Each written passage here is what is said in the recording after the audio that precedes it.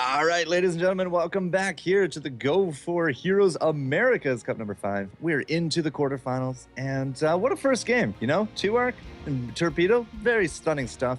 And we're going to jump right into the next one of Barrel Boys and ESV Wildfire. Both of these guys did advance in their first round matches, and if I take a quick look, it was Barrel Boys over Integrity Gaming, ESV Wildfire over Teams Heroes Hype.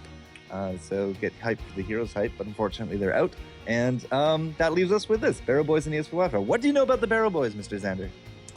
I know that the Barrel Boys have been doing quite well. They were actually able to take a game off of Symbiote recently. So again, rising. They've been getting a lot better over the past couple of weeks too. We've been seeing them perform better and better each time. So I'm excited to see them come out here. They do have Fury, who formerly was on one of the Curse teams.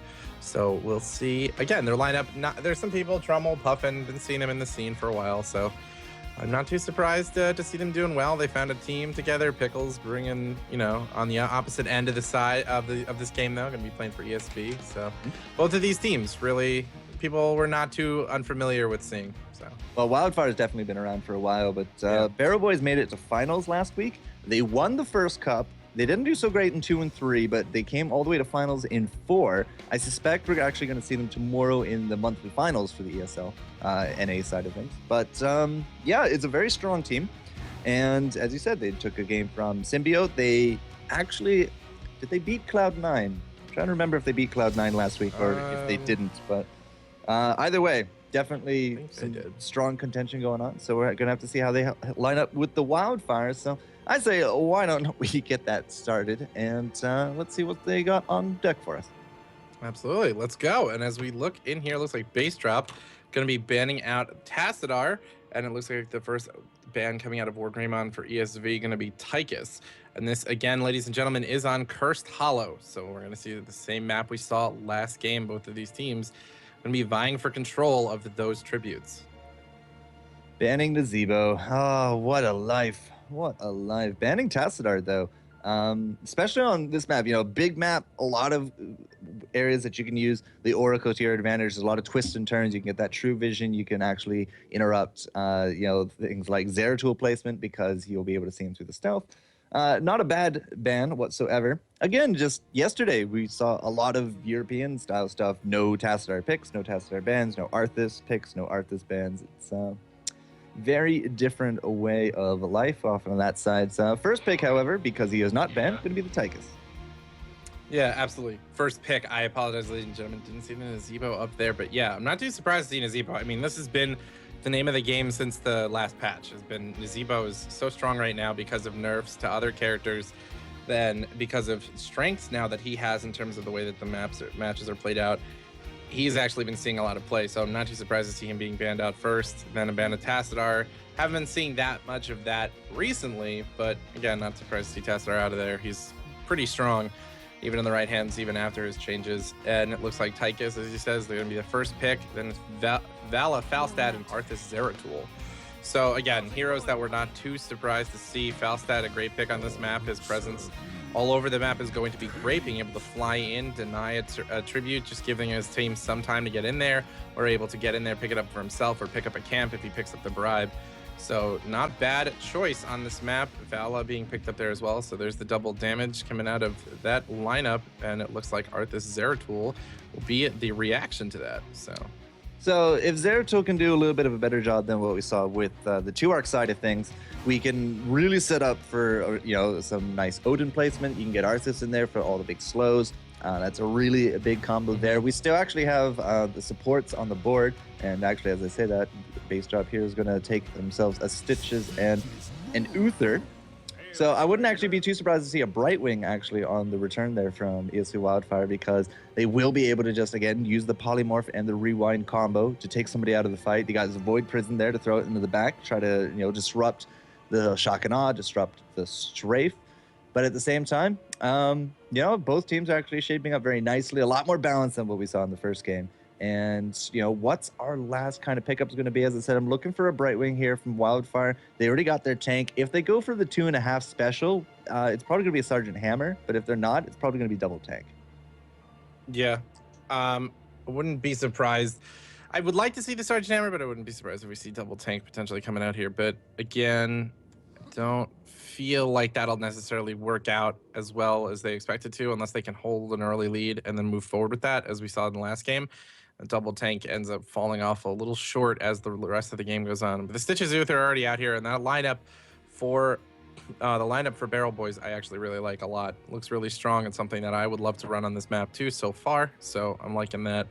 But again, we still have those potential supports on the table for them. The Brightwing, more than likely going to be picked up here just because of the strength in all of her abilities. The double polymorph, as we talked about before, so strong. I'll be excited to see that come out and be played out here. But still, again, you know, there's Malfurion on the table. They have options. They have things that they could still go for in that regard. Yeah, the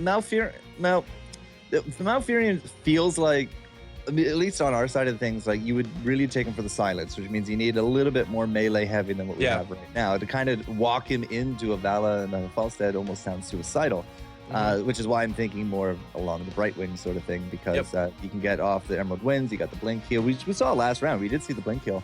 But at the same time, ESV Wildfire would also benefit from a bribe in that regard, because Falstead there for the Barrel Boys is probably going to pick it up for his side, which means who else could you actually pick it up here for Wildfire? Probably going to be, as I said, Brightwing.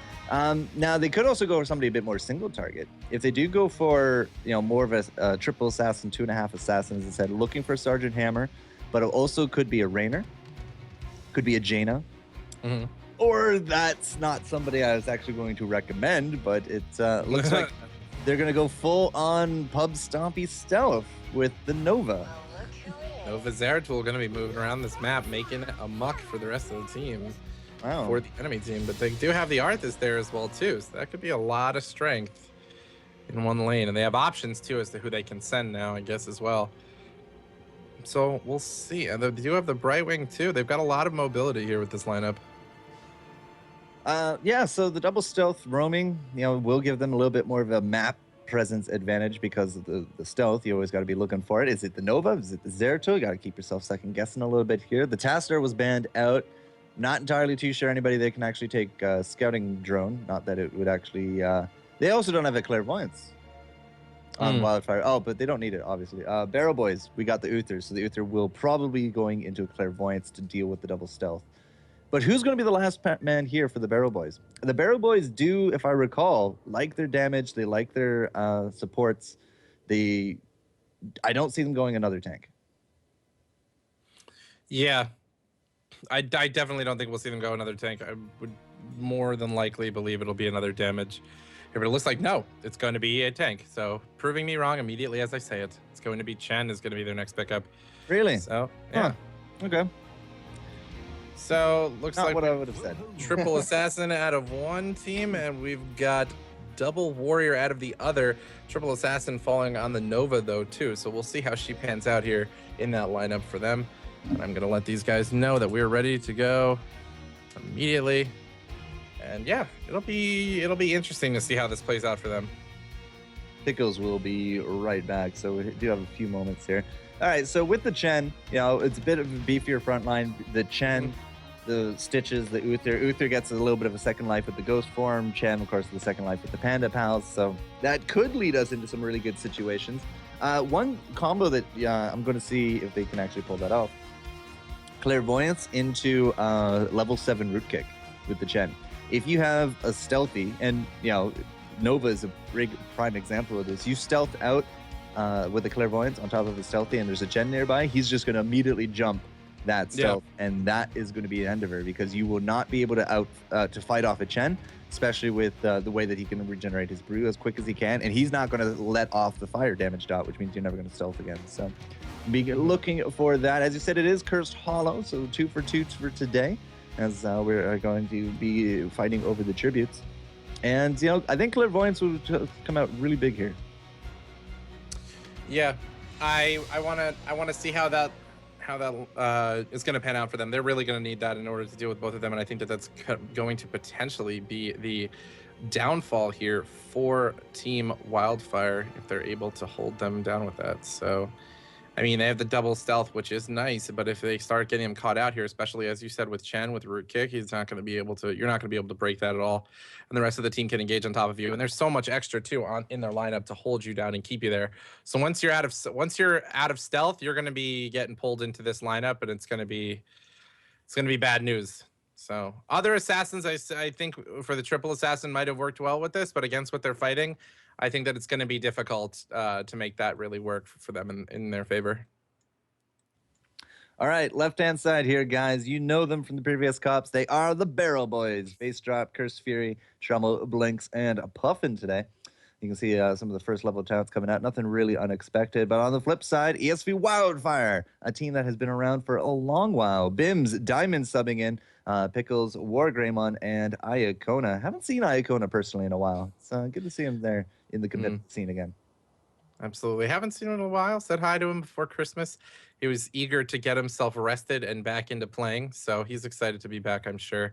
He just wanted a little bit of a break for a while, but now he's back and he's playing with them. So I'm excited to see him here as well. But it looks like we see most of Barrel Boys moving down towards this tribute. Looks like Curse Fury is going to sit on top of that. I should call him Fury, but I'm sorry. His name has got the curse right in front of it. It does. It's just too easy to say that. So I apologize, but it looks like Diamond Wargreymon positioning up here. Base Drop gonna face check into that bush. Gonna take a lot of damage from that double stealthy lineup, and Bim's on top of that, but he's gonna be able to sneak away just at the last second with his life. That was pretty close for him. Just confirming, yeah, we didn't have any game sounds. There we go. Now we got game sounds. So sorry about that, guys. So if you guys didn't hear, it was pshoo, pshoo, pshoo, and ka-ching, ka-ching, ka-ching, and then Chen was like, oh, ephemery, and jumped away. Oh, yeah, no, that's exactly how that went. Thank you so much for the radio interpretation. Oh, no problem. But Base Drop actually not dropping, that's pretty good for him because he doesn't actually lose out now any of that experience in the top lane, and that would have been massive for ESV Wildfire if they actually could have pulled that off. So. Yeah. As I said, this is what I kind of expected a bit earlier in the map. In our the party lane bottom, you got the support and you got two ranged assassins down here. They're going to start working away at a lot of these towers. These gates are going to keep this lane pushed, and they got Uther there to keep them healthy for the trades. Problem is, right now we got nobody mid. Look at this. Pickles is all by his lonesome as Curse Fury, as Fury came into the top and tried out for that gank. But that just means that we're now going to be taking advantage of that here with the Wildfire, and they're going to go for their own tower. Absolutely. Wildfire using the advantage of that damage that they have early on. They're going to go for this tower, take it, and there you go. They're going to give themselves a little bit of a lead here. Base Drop so low, tried to get in there and stop it, but he's going to get frozen. That was sniped in the face, and down he goes. That was silly. I don't know why he did that. Yeah, that was, I mean, it was lost. There's no reason to sacrifice your life for it to begin with. Maybe throw Flame Breath in there, keep him off for a second, but didn't really pan out for him. But in bottom lane, though, we see Barrel Boys trying to push in on this tower. They're able to take one out themselves too. So they're trying to keep the tower trade about even here. We'll see if they're able to do that. Yeah, Base Drop does come back into the mid because again, like we had Fury actually roam to the top, and then Base came down into the mid and died. We actually have now a good difference in experience between the two teams, almost half a level. The double stealth now going to be here. The tribute spawning right on top of them, pretty much. So we do got this strong presence down here from the Barrel Boys. Puffin, Blinks, and Trommel are here. Now you can see the rest of the team is actually going to be moving down as well. So it could be a full-on 5-on-5 for this first tribute. But as I say that, they don't really have the positioning here. And Wargreymon actually might be able to just take it. But that increased range on the multi-shot does stop it. Oh, looks like Wildfire is going to be coming in from behind. Going to be able to put in a lot of damage. ESV Diamond very low, but he's able to get in there. They get that kill on Chen. That's going to force a lot of Barrel Boys out of this. Pickles, though, getting stunned, taking a lot of damage. Down he goes. So it's a 1 for 2 now. In 2 for 2, both teams dead even trade here. They're both going to be backing off of this tribute. But I think once that Spirit's down, Iacona might make a break for it. We'll see what he plans on doing here as he goes down. Yep, Curse Fury, though. Yeah, Fury is ready to stop. Yeah, Fury's right there. Diamond, however, is showing himself, and that's going to be a hook into the low hit point on the Zeratul. Base Drop now, he's not quite level 7, doesn't have that root kick, but he's going to jump in anyways, has a good amount of hit points to spend. Diamond in the bag is just getting a little bit of healing love there from the Iacona, but here comes the rest of the team, and now, as it says, back to a 4-on-5-on-5. Everybody wants this first tribute. The hook goes down. Bims actually is the one that gets hooked. We do got the first aid because level 7 there for the Zeratul. It's not going to be enough there for the Chen. Still not 7 on his part. Fury and Puffin low in the back. Trummel just could not get a good angle for these hammers, and Blinks at half health. This is not a hit point war going well here for the Barrels. I have not seen this much fight over the first tribute since the last pub game I played. It's pretty amazing. They are sticking on this thing. They want it. And that first tribute finally going to Wildfire. But Wildfire does lose their bottom wall and bottom tower in the process, keeping themselves up though in that level, in the level game as well. They're about a level ahead of Barrel Boys right now. So things are actually looking pretty good for them. That lineup is actually working in their favor, and if they're able to push it into late game and they don't get engaged on the right way, they're actually going to be able to use this for a while. Yeah, 5 kills to 2 does lead them into just a little bit over half. Maybe a little bit under half now, as everybody is actually properly soaking. But I actually did misspoke. It's not the Zeratul with the first aid. It's, of course, the Tychus with the first aid. So that's why he was able to stay as healthy as he is. We got the Cleaver build coming out here for the Stitches. Multi-shot build for the Vala, pretty textbook kind of stuff. As you see Fury up top, he's not going to get none of that one. Not whatsoever. There he goes. The big Boom.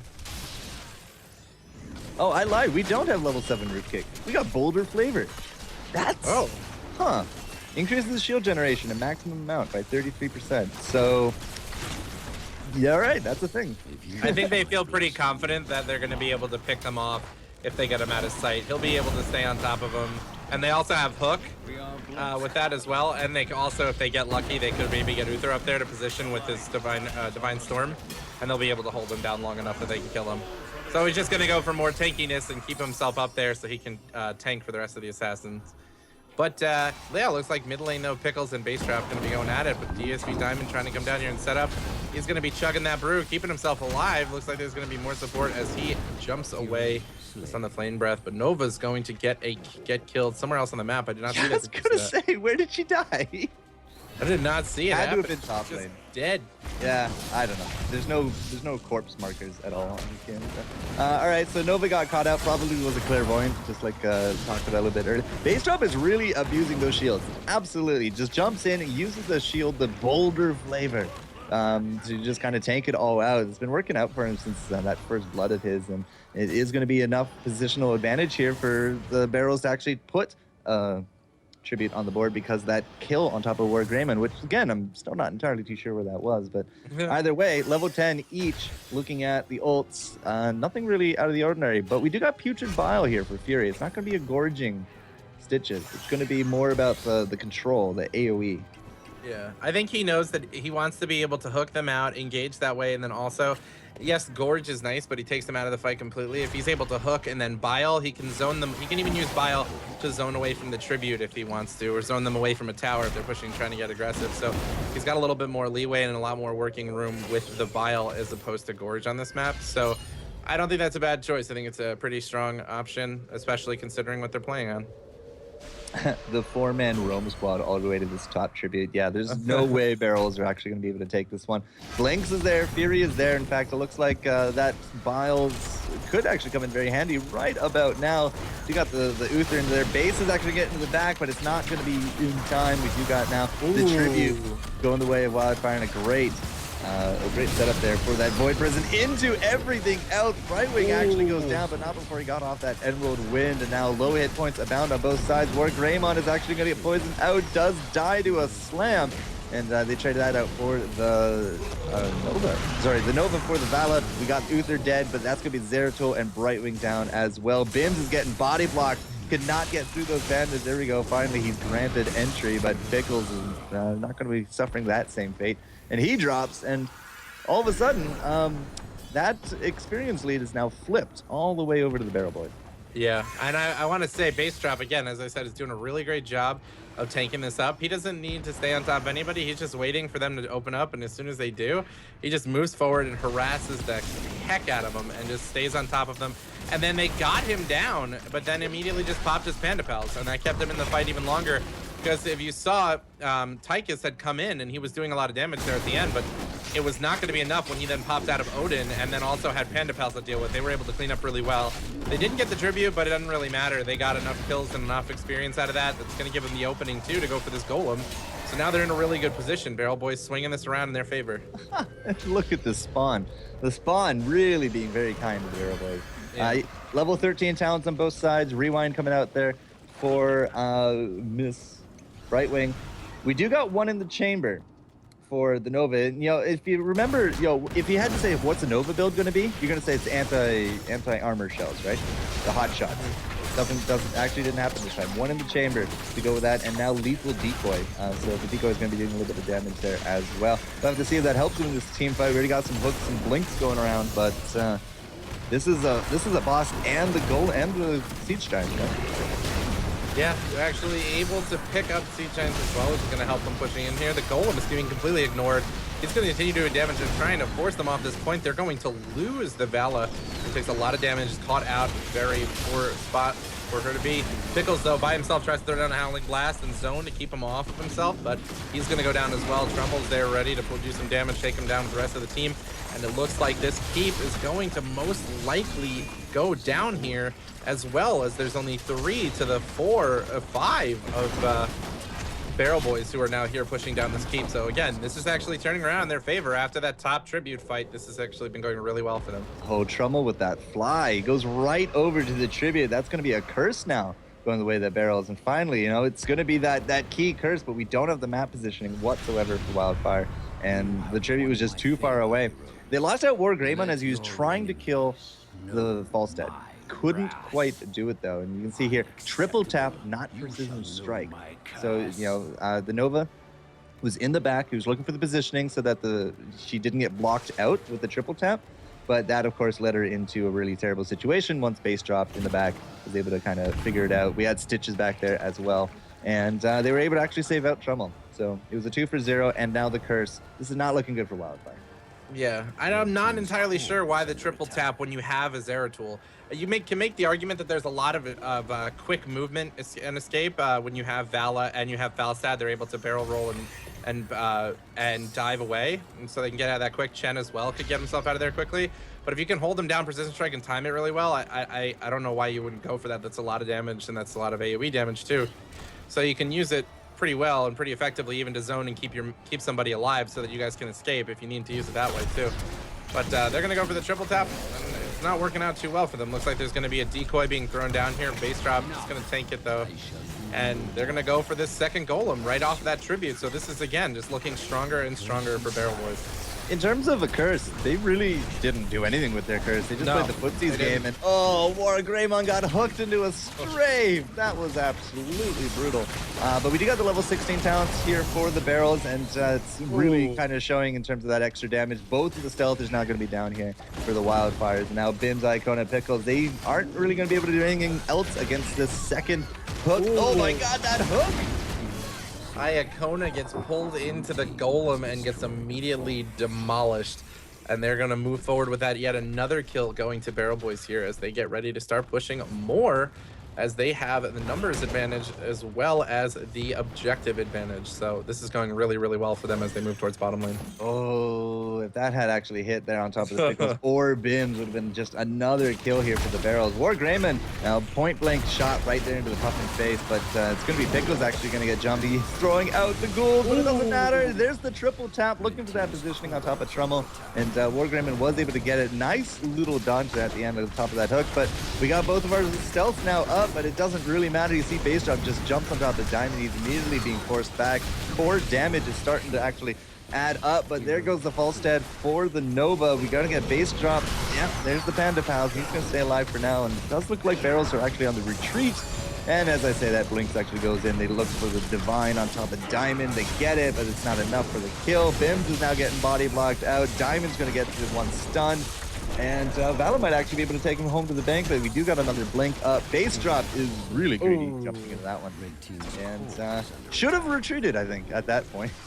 Yeah, I think you probably should have retreated. I mean, you're post 20, so you don't have Resurgence. Oh, Puffin. You want to get out of there. They're probably going to lose Puffin here, too, taking a lot of damage.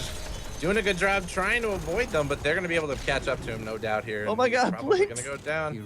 Blinks healed himself, and the blood for blood from Vala is actually able to keep her alive as long as she did. Blinks didn't go down. What a clutch heal. Kept him alive just long enough, got him out of there. But yeah, he was too low though. Vala just, there's no way she was getting out of that. But I agree. I think they should have backed off there. There was no reason to continue that aggression at that point. Just back off, give yourself some time to heal up, go for the next tribute, go for the golem. That would have been the smart idea, but this is going to give a little bit of a turnaround here in favor of ESV Wildfire right now. They're going to be able to, no, maybe they'll be able to grab, I think they'll be able to get this. 5 on 4. Oh, Wargreymon getting hooked into a shock and awe, going to do a lot of damage. Files down. They're now inside of that Void Prison. Void Prison's going to hold them down just long enough so that ESV Diamond can jump in on top of the Golem, pick it up, and that's going to put some pressure now on bottom lane in favor of Wildfire. Wildfire going to be able to get in there for a nice blink kill from Diamond, being able to pick up the kill on Uther. They now have that support down. Curse Fury is up there in front. Base drop here by himself as well. He's chugging that brew, providing a spot for them to attack. Bim's now taking a lot of damage from this strafe. He's out of the Odin, trying to back off of this base drop, forcing everybody else out of here. Looks like Pickles not going to get stuck, taking a lot of hits. Down he goes, so another kill going to them. Even without that healer and the support, they're going to continue to push forward on top of that. And honestly, they got the Golem. It's pushing in bottom, but they've still got a lot of ground to make up right now. And during all that, Trummo actually did get low on the hit points. He flew all the way top, got himself another tribute under the belt there of the barrels. So not only did they win that fight, I mean, yeah, sure, they lost out their bottom, and they have to deal with this boss, but the boss is basically at its useful end at this point. It's really low hit points, and Vala's just stutter stepping it. You know, Fury and base drop are there as well. The lack of a root kick here on base drop is definitely very noticeable in the gameplay, because you always expect a kick to be actually a root, but with that boulder flavor, you know, our stealthies are surviving actually a lot more than I would have expected. But so is base drop because of the boulder flavor at the same time. He does have the combination attack. He doesn't have share the shields or share the brew, share the wealth, share the something. Share the brew. It is share the brew, right? I would assume so. Yeah, but he doesn't have it, so there's a question about like whether boulder flavor actually affects that, and I imagine it would. I was kind of curious to see if it was going to be an AoE shielding build, but combination attack, you know, that 300% damage increase, just way too much to handle. Nova though is surprising in terms of her talents, because not only do we got the triple tap, she has one in the chamber, which does a 50% auto attack damage. She also has the double decoy, the lethal decoy. Yeah, surprises all around. Yeah, I'm a little surprised. The decoy, not necessarily bad, but I still don't understand why when you have Void Prison you wouldn't go with Precision Strike. It's kind of confusing to me. There's the triple tap. I guess he's trying to force Puffin back and away, but it's not really gonna do all that much. Well, he's actually gonna give him some time to do some damage here to Curse Fury. So yeah, they actually were able to use that pretty well to zone back Puffin. Puffin having to have to go get a heal, but here they come back. Oh, that blink. Aggression, the blink though, saving him some time, keeping him alive. Looks like Iacona and ESV Diamond can't be there to support the rest of the team, as Wargreymon, Bims, and Pickles are going up forward. There's a giant kick from base drop in the face. Gonna be able to take down the Nova. Down she goes. It looks like again they're going to be losing. 3 though on Barrel Boys right now. Curse is in favor of Wildfire, so this is actually panning out pretty well for Wildfire. And now it's basically just base drop and Uther here. I'm not entirely confident that we're going to be able to take home a kill on Bims or Pickles. And yeah, base drop realized that as well. Has to use that escape ability to just try to get out of dodge. Now, he will actually spawn on the last panda or the blue panda, so it's very important that you pay attention to your positioning there as the blue panda. But now base 3-on-1. He's not going to be able to defend this. That was actually a really nice curse pickup. Well, there he goes. He's going to drop as well. And this is a really good chance here for Wildfire. Yeah, they're dealing with the top. Sure, that's fine. But that curse was able to just put a lot of pressure onto the bottom. There goes the rest of that gate. So that's the follow-up from the boss. And they were able to take down the mid fort on top of that. And now they got the map position here for their own boss. So yeah. They're going to lose out, oh, they're not going to lose out this top keep. Look at that, sliver of health. Actually has 92 health, believe it or not. But at the same time, they should be able to pick up 20 before the next team fight. Yeah, they will probably be able to have 20, so it'll be 20 on 20, both teams going at it. Oh, even Lord, look at rounds this. here, though. Will they get to it in time? They know that this is going to be what they're going to take. Iacona taking a lot of damage from that hook there, but oh, he's right inside of the strafe. Puppet gonna be blinking his way out of there. Iacona taking a lot of hits here. Overpower on top of Fury. Will he go down? He's going to get a heal. The last second there looks like they're going to lose their Brightwing, and the triple tap's going to come in. It's going to be blocked by Blinks, keeping him alive. There it is. Looks like the Odin is down now too, but it's going to get wasted. It's not hitting much of anything right now, and they had to back off of that Golem. They really needed to pick that up, but they didn't do it fast enough. So again, a little bit of a not a very strong play coming out of Wildfire there.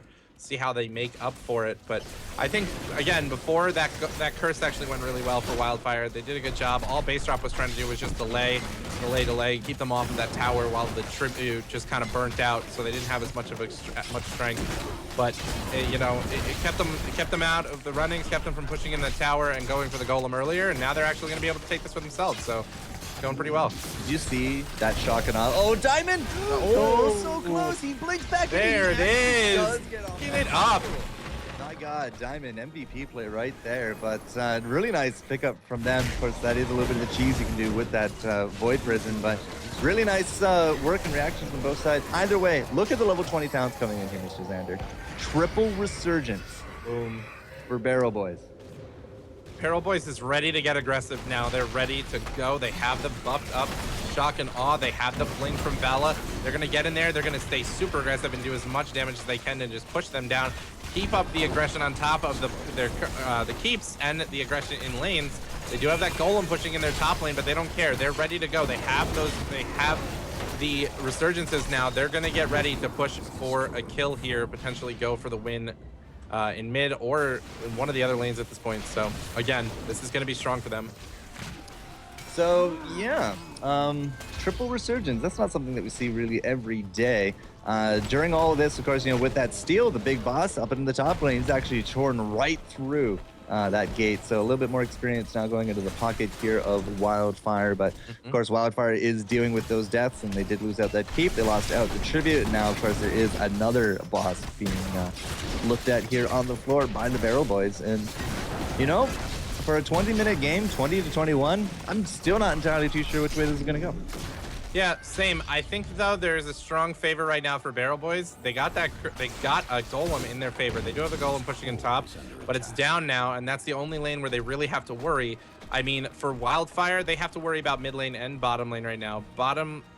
Top lane is really the only thing that's really dire need right now on the side of Barrel Boys, and the next tribute is going to be a curse for them. So that's going to give them a lot of openings. They have a lot of room to put tons of aggression on top of Wildfire here and to be able to push in, especially since they can get super aggressive with those resurgences. Oh, that hook brought Pickles way out here into the forefront. That's going to be a Void Prison. Does put Blink, Puff, and Iacona in the backseat, but Pickles is actually going to get hit by that shock and awe. He's going to be down. ESV Diamond's going to be dropping as well. The triple tap does not work out for Wargreymon on 1, 2, and 3. Bims is now really left to his own devices. Blinks backwards. Look at Blink actually looking to find him with that sprint. It does actually hit him out with the stun, but they're going to leave Bims alive because they're going to go straight for the core as Pickles is trying to fend off this giant, and that could be game, I think, right there for the Barrels. Yeah, I think it is. They had so much pressure all over the map. They knew Curse was going to give them an advantage. They could move in if they wanted to with the Golem if they went for Curse because they'd have to defend against it. They had a lot of openings there with that. If they got Curse, then they'd be able to push in and be aggressive with it. Having triple Resurgence just gave them even more strength that they knew they could stay super aggressive and push, maybe get some risky kills, but then that was going to keep the rest of Wildfire on cooldown. So they did a really good job with that. That ending actually was really strong for them. So well played by Barrel Boys. Damn it, Stitches, why are you so fat? I really gotta redo the positioning on Stitch's feet because the bar space L Boys victory because of his giant feet here on the victory screen. But it's funny stuff. Really good stuff though. I mean, Barrel Boys didn't sweep it, and that's actually really. I like the fact that, you know, it was a very close game. Coming into this, Barrel Boys versus Wildfire, I mean, we've been seeing so much hype behind the Barrel Boys, the hype boys themselves. They've been doing some really good stuff out there. So Wildfire putting up as big of a challenge as they did, that's actually really hopeful now for Wildfire going forward because they're going to be in, I believe, the HPL Season 2. They've been in all the ESL Cups. There's a lot of leagues now popping up because beta's so close. So ESV Wildfire could actually be making, you know, a really big triumphant return. So I'm actually very excited and very happy I got to see them play today. Yeah, I will be excited to see how they do going forward too. They had a really good showing too. Like you said, it wasn't a complete stomp in either direction. Both teams showing really strong performances in that game. So we'll see what the future holds for both of them. But I'm excited to see Barrel Boys moving forward. Yeah, Barrel Boys will advance, and that is the big key thing here to take away from that. Let's take a quick look at the brackets, because into the semis, looks like Clairvoyant Game actually beat out Glorious. Wow, that's insane. So, wow, congratulations to them. Torpedo and Cloud9 Vortex. I heard Torpedo is actually doing all right. We just, of course, saw them in their first game there. So let's see who will win there. Barrel Boys will advance over top of Wildfire, and that leaves us with Symbiote and Maelstrom. Wow, they actually met in the quarters. Ooh, so only one of them is going to move on. So not entirely too sure who's going to be doing what, but we'll get an update for you guys, and we'll let you know, because FourCourt and Xander, we're here all day here for the ESL. Heck yeah, we are. ESL Go4Heroes Americas. Mr. Xander, if it was the last game, it's been a pleasure, but let's hope that we can get into one of the semis. Well, we'll see if we can.